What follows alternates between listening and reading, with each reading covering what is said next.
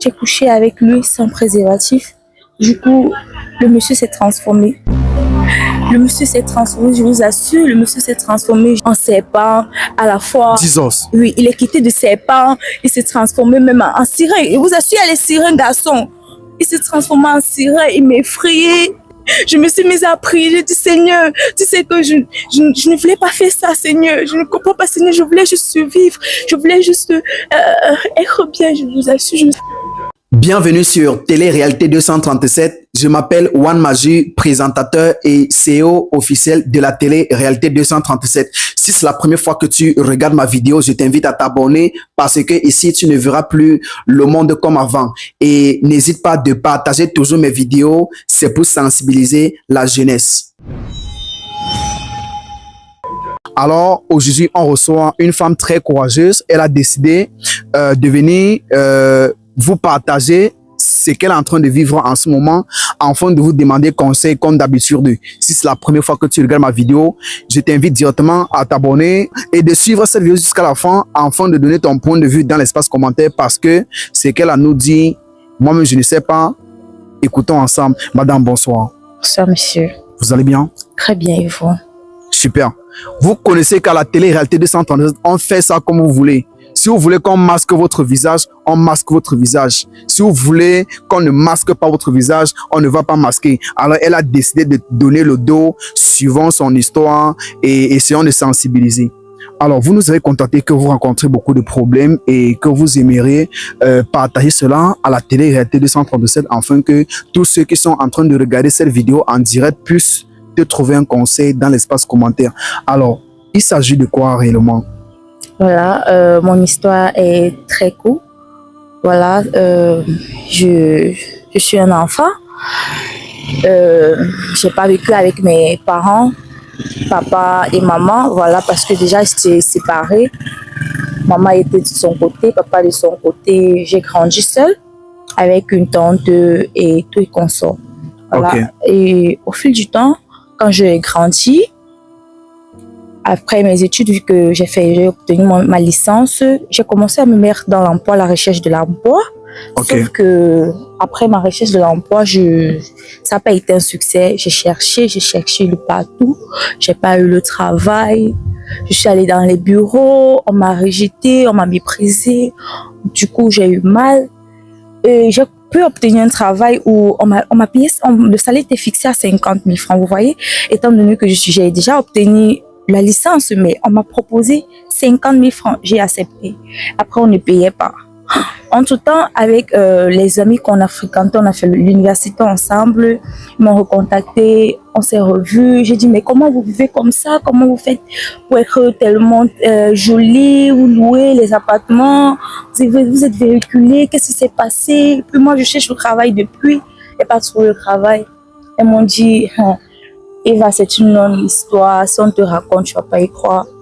Je ne sais pas si tu vas pouvoir venir avec nous et te conseiller. Je dis non, il n'y a pas de problème. Dès lors que je peux travailler et puis sortir mes parents de la souffrance, de la galère et moi-même pouvoir suivre au Cameroun. Vous voyez, parce que le Cameroun est dur. Ils m'ont dit d'accord, on va t'expliquer. En fait, on a notre maman, parce qu'elle les appelle maman. J'ai dit d'accord, mais c'est une escort girl, voilà. On sait escort girl, donc les femmes qui cherchent les clients pour nous, qui nous positionnent avec les mecs, les hommes riches du pays, d'ici ou d'ailleurs. J'ai dit d'accord, il n'y a pas de souci. Je suis allée voir la dame, elle m'a dit voilà, tu es déjà belle, tu as les formes et tout et consort. Mais sauf que voilà nos conditions, quand tu pars avec les hommes, tu te protèges. Quand tu passes une nuit avec eux, le salaire c'est 200 000. Voilà, elle le sait à son pourcentage, nous on a pour nous. J'ai dit d'accord, ça me convient, très bien. Au fil du temps, j'allais voir les clients, on faisait tout ensemble, on sexait, on me donnait, ma vie était rose quoi. Je parvenais à payer mes factures, je parvenais à m'alimenter, à me vêtir, à payer les perruques, comme vous voyez là. Voilà, mais après ça, j'ai eu un client, une soirée. Voilà, le client, un monsieur qui m'a dit, ma chérie, je vais te prendre pour épouse, mais avant ça, d'abord, comme tu es on va faire une soirée ensemble. J'aimerais que on fasse des rapports sexuels sans protection. Bien sûr, je vais te payer. Voilà, j'ai dit, ok, il n'y a pas de souci. Si vous allez me payer, j'ai fait les rapports sexuels avec lui sans préservatif. Je vous assure que j'arrivais pas à croire.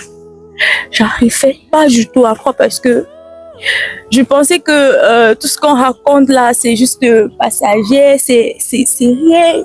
Ce sont les trucs de la télévision ou je sais pas, ce sont les trucs des Africains quoi. J'ai dit ok. Je me suis mise, j'ai couché avec lui sans préservatif. Du coup, le monsieur s'est transformé.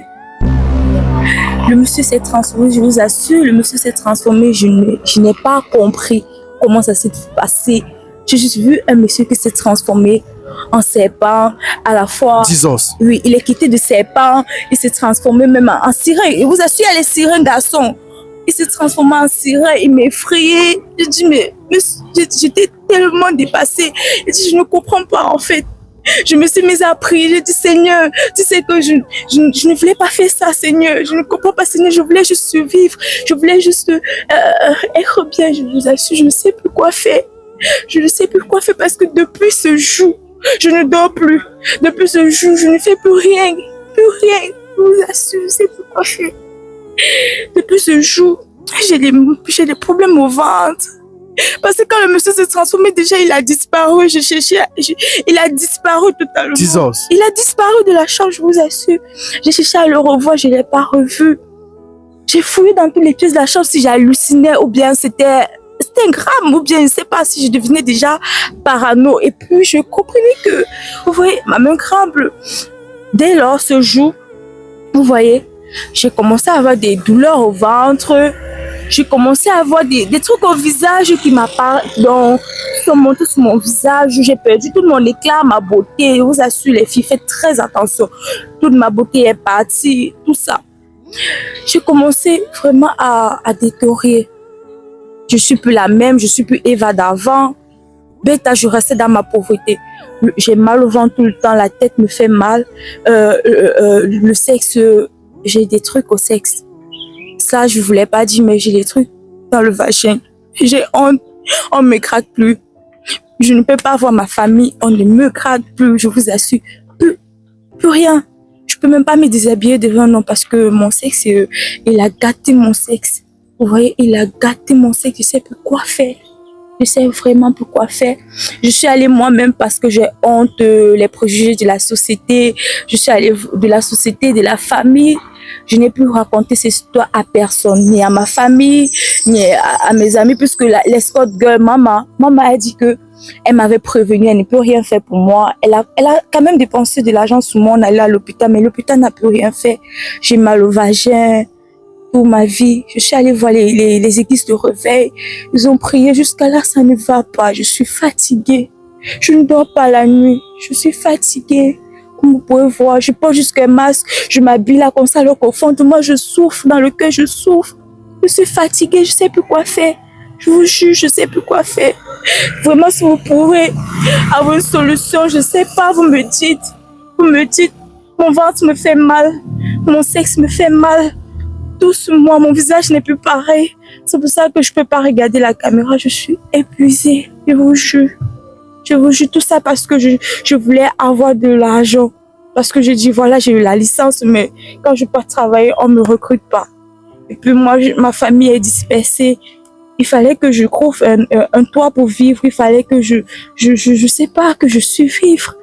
Voilà, donc c'est mon histoire comme ça. C'est vraiment les amis, les sœurs, voilà, les frères. Si vous pouvez avoir un conseil pour moi, vraiment, ou de l'aide, je sais pas trop. Je vous serai éternellement reconnaissable parce que là, je ne sais plus quoi faire. Je vous jure. La famille, c'est très triste. La jeune dame que vous voyez devant moi présentement, elle est en train de dire, alors, après sa licence, elle est allée postuler dans plusieurs structures, mais sans succès. Alors, elle a eu une très mauvaise compagnie et qui lui a instruite dans une mauvaise vie, si je dois le dire comme ça. Et du coup, elles ont commencé à vendre le piment. Et que, en effet, elle s'est inscrite dans un groupe. En fait, il y a une maman. Moi, je vais dire maman parce que ici, on utilise un langage que tout le monde doit comprendre. Oui. Et qu'elle donne les clients qui partent passer la nuit. On passe une nuit à 200 000. Toi-même, tu n'as pas peur, ma chérie. Non, mais c'est l'argent. J'ai pas peur. Je me suis dit, voilà, ça va résoudre tous mes problèmes. Ça va me payer mes perruques, ça va payer mes vêtements, ça va payer ma maison, ça va me nourrir. Donc 200 000 pour moi était largement suffisant pour vivre. Donc j'ai accepté. Voilà. Donc, et voilà maintenant que tu es tombé sur un autre client qui n'est pas comme tous les autres. Alors le monsieur s'est transformé en serpent, il s'est transformé en plusieurs trucs dans la même pièce, la même nuit. Après, il a porté disparu. Ça c'est quelle histoire comme ça? Nous sommes dans quel monde? Et moi, je ne sais même pas ce que moi je peux te dire là, parce que vraiment, les gens viennent ici là avec des problèmes. Chaque jour, on parle la même chose ici là. Il y a toujours, vous faites toujours les mêmes erreurs. Et maintenant, en fait, tu as vendu le piment pendant combien de temps? J'ai vendu le piment pendant 1 an, jusqu'à ce que j'ai rencontré le monsieur et puis j'ai arrêté. Ça fait combien de temps que tu as arrêté? Ça fait 2 mois, voilà. 2 mois, oui. Et est-ce que tu passes souvent à l'église? Donc, j'ai commencé à aller à l'église de réveil, comme je vous ai dit, pour essayer de trouver solution. Mais j'ai essayé, ça n'a pas pu résoudre mon affaire. Je suis découragée, j'ai dit non. Je peux faire. En effet, le conseil que je vais te donner maintenant, c'est que, en fait, ça c'est mon point de vue en moi, en fait. Parce que là où tu es là, tel que tu expliques, est-ce que tu as toujours les choses qui sortent de ton vagin, comme tu l'as bien dit tout à l'heure? Oui, je vis avec ça. À l'hôpital, on n'a pas pu prouver de quoi il s'agit. C'est pas une infection, c'est genre, c'est comme une infection, vous voyez, mais c'est pas vraiment l'infection. C'est les trucs autour de mon vagin, les boutons, je sais pas, en fait. Moi, même quand je regarde, je vous jure, je peux plus faire les rapports. C'est sûr, quel homme va encore accepter monter sur moi avec ça? Quel homme? Quel homme? Vous-même, vous êtes un homme, mettez-vous à ma place, quel homme? Il y a les trucs là sous mon vagin, je ne peux plus rien faire. Quand je positionne le miroir, j'essaie de regarder, j'ai tout appliqué. J'ai appliqué les trucs de la pharmacie qu'on m'a conseillé, appliqué ceci, appliqué ci, ça. Je suis fatiguée, je suis épuisée. Je suis franchement épuisée, donc je sais pas. Quel est le conseil que tu es en train de passer à travers ton histoire à toutes les jeunes filles comme toi qui sont en train de regarder cette vidéo? C'est franchement, réfléchissez 3 fois avant de prendre n'importe quelle décision dans votre vie. N'importe quelle décision, que ça soit positif ou négatif, il faut bien réfléchir parce que toute chose a une conséquence. Toute chose que tu fais dans la vie peut te rattraper ou en bien ou en mal. Si tu fais du bien, ça va te rattraper en bien. Tu fais du mal, ça va te rattraper en bien, en mal, voilà. Pourquoi? Parce que je te dis souvent que la facilité, voilà, c'est 200 000. Mais c'est très dangereux parce que derrière ça, tu peux mourir. Je sais même pas pourquoi lui, il m'a pas encore... Je ne suis pas encore morte jusqu'à aujourd'hui. Je sais vraiment pas pourquoi. Parce que je sais pas. Mais sans vous mentir, fait les mauvaises choses dans sa vie, les mauvaises copines, parce que tu as envie, les copines, parce qu'elles ont les voitures, elles ont les longues perruques, elles sont belles, elles ont les iPhones. À chaque minute que les iPhones sortent, elles renouvellent les iPhones, vraiment. Tout ça, c'est rien, je vous mens pas. Tout ça, c'est rien parce que tu portes une coque, tu es Christ chaque moment. Chaque moment, tu as un poids dans le cœur. Tu es Christ. Mais tu fais semblant d'être joyeuse dehors parce que tu portes des vêtements, tu marches, mais au fond, là, si on regarde, tu es Christ. Donc vraiment, il faut faire très attention, les filles. Que ce soit vous êtes mes grands soeurs ou mes petits soeurs, il faut faire très attention. Mieux vaut tu vis avec ce que tu as. Tu vis avec ce que tu as. Tu fais avec ce que tu as. Voilà, tu pries et puis ce qui est sûr, le temps de Dieu est le meilleur. Dieu va un jour te récompenser. Un jour, Dieu va te bénir, tu vois. N'importe comment, Dieu va bénir. Moi, j'étais pressée. Et voilà, aujourd'hui, je sais pas. Je sais pas. Vraiment, couper la caméra, j'en peux plus. Dames et messieurs, c'est très triste pour moi. En tout cas, Voilà pourquoi moi je vous dis toujours que à la télé-réalité 237, c'est la bœuf. Partagez mes vidéos, abonnez-vous. On est là pour sensibiliser. Il faut que nos sœurs qui sont à la maison en train de regarder cette vidéo, ils comprennent que le dehors est mauvais.